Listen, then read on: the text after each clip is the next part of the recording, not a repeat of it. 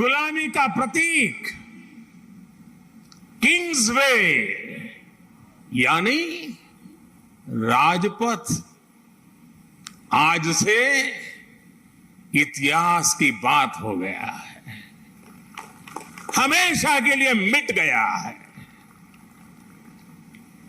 आज कर्तव्य पथ के रूप में नए इतिहास का सृजन हुआ है। मैं सभी देशवासियों को आजादी के इस अमृत काल में गुलामी की एक और पहचान से मुक्ति के लिए बहुत बहुत बधाई देता हूं। साथियों, आज इंडिया गेट के समीप हमारे राष्ट्र नायक नेताजी सुभाष चंद्र बोस की विशाल प्रतिमा भी, मूर्ति भी स्थापित हुई है। गुलामी के समय यहां ब्रिटिश राज सत्ता के प्रतिनिधि की प्रतिमा लगी हुई थी। आज देश ने उसी स्थान पर नेताजी की मूर्ति की स्थापना करके आधुनिक और सशक्त भारत की प्राण प्रतिष्ठा भी कर दी है। वाकई ये अवसर ऐतिहासिक है, ये अवसर अभूतपूर्व है।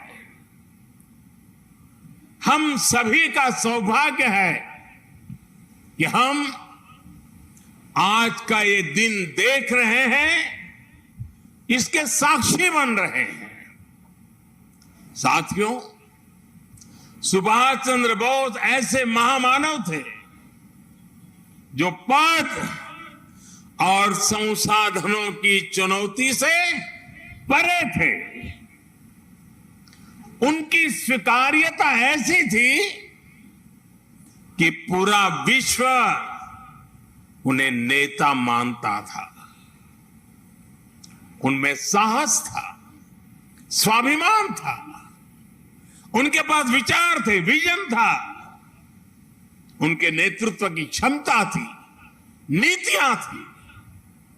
नेताजी सुभाष कहा करते थे, भारत वो देश नहीं जो अपने गौरवमयी इतिहास को भुला दे।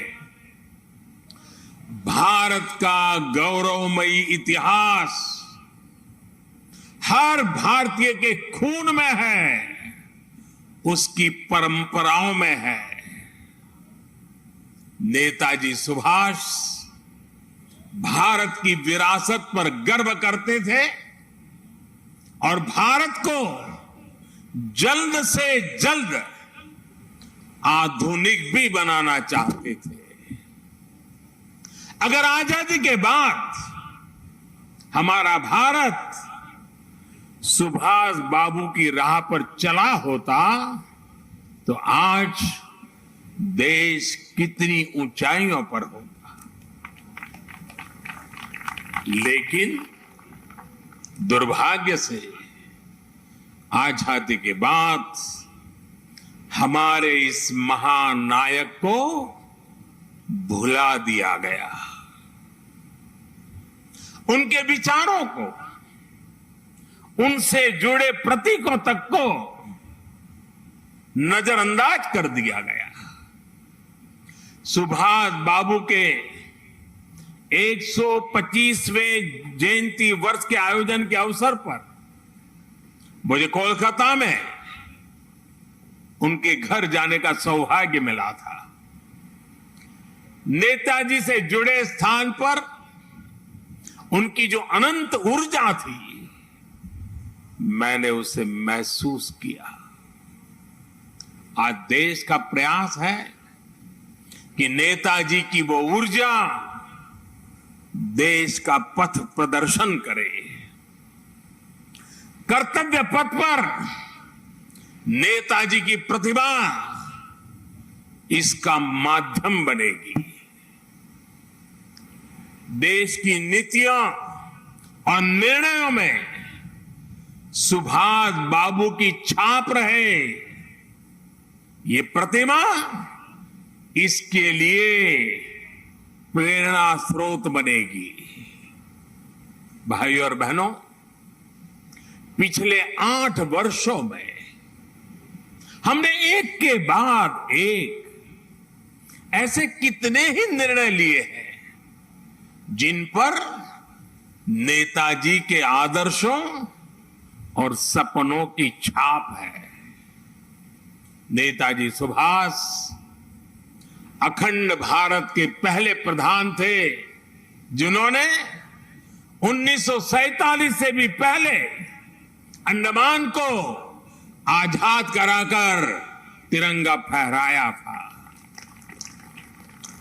उस वक्त उन्होंने कल्पना की थी कि लाल किले पर तिरंगा फहराने की क्या अनुभूति होगी। इस अनुभूति का साक्षात्कार मैंने स्वयं किया जब मुझे आजाद हिंद सरकार के 75 वर्ष होने पर लाल किले पर तिरंगा फहराने का सौभाग्य मिला। हमारी ही सरकार के प्रयास से लाल किले में नेताजी और आजाद हिंद फौज से जुड़ा म्यूजियम भी बनाया गया है।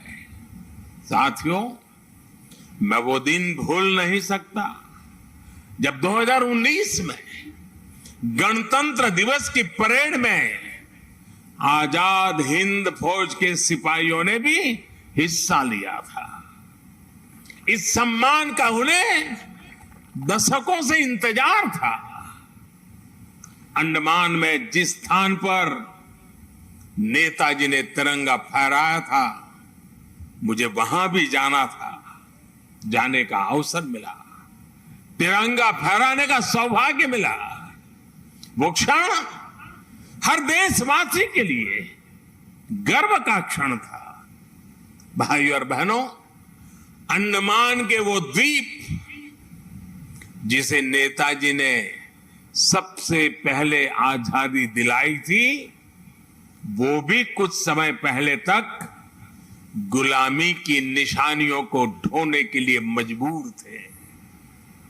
आजाद भारत में भी उन द्वीपों के नाम अंग्रेजी शासकों के नाम पर थे।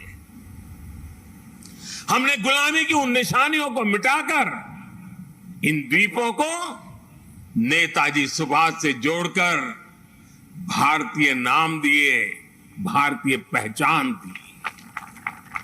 साथियों, आजादी के 75 वर्ष पूरे होने पर देश ने अपने लिए 5 प्राणों का विजन रखा है।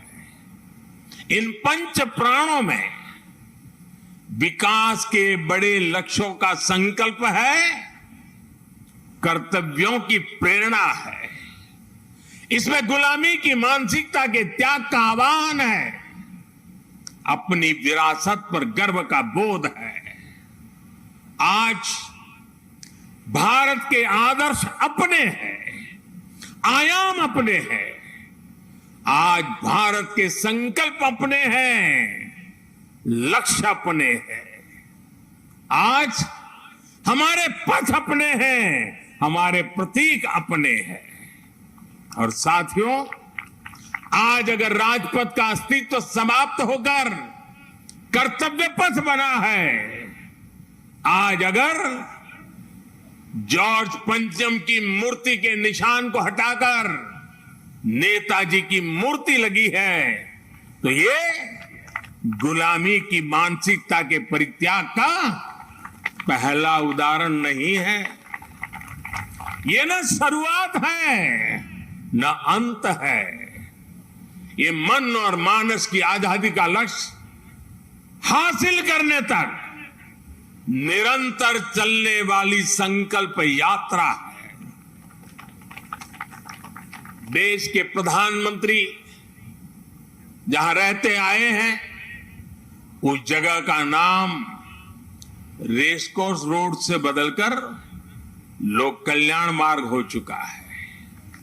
हमारे गणतंत्र दिवस समारोह में अब भारतीय वाद्य यंत्रों की भी गूंज सुनाई देती है। बीटिंग द रिट्रीट सेरेमनी में अब देशभक्ति से सरोबार गीतों को सुनकर हर भारतीय आनंद से भर जाता है। अभी हाल ही में भारतीय नौसेना ने भी गुलामी के निशान को उतारकर छत्रपति शिवाजी महाराज के प्रतीक को धारण कर लिया है। नेशनल वॉर मेमोरियल बनाकर देश ने समस्त देशवासियों की बरसों पुरानी इच्छा को भी पूरा किया है। साथियों, ये बदलाव केवल प्रतीकों तक ही सीमित नहीं है, ये बदलाव देश की नीतियों का भी हिस्सा बन चुका है। आज देश अंग्रेजों के जमाने से चले आ रहे सैकड़ों कानूनों को बदल चुका है। भारतीय बजट जो इतने दशकों से ब्रिटिश संसद के समय का अनुसरण कर रहा था, उसका समय और तारीख भी बदल गई है। राष्ट्रीय शिक्षा नीति के जरिए अब विदेशी भाषा की मजबूरी से भी देश के युवाओं को आजाद किया जा रहा है। यानी आज देश का विचार और देश का व्यवहार दोनों गुलामी की मानसिकता से मुक्त हो रहे हैं। ये मुक्ति हमें विकसित भारत के लक्ष्य तक लेकर के जाएगी।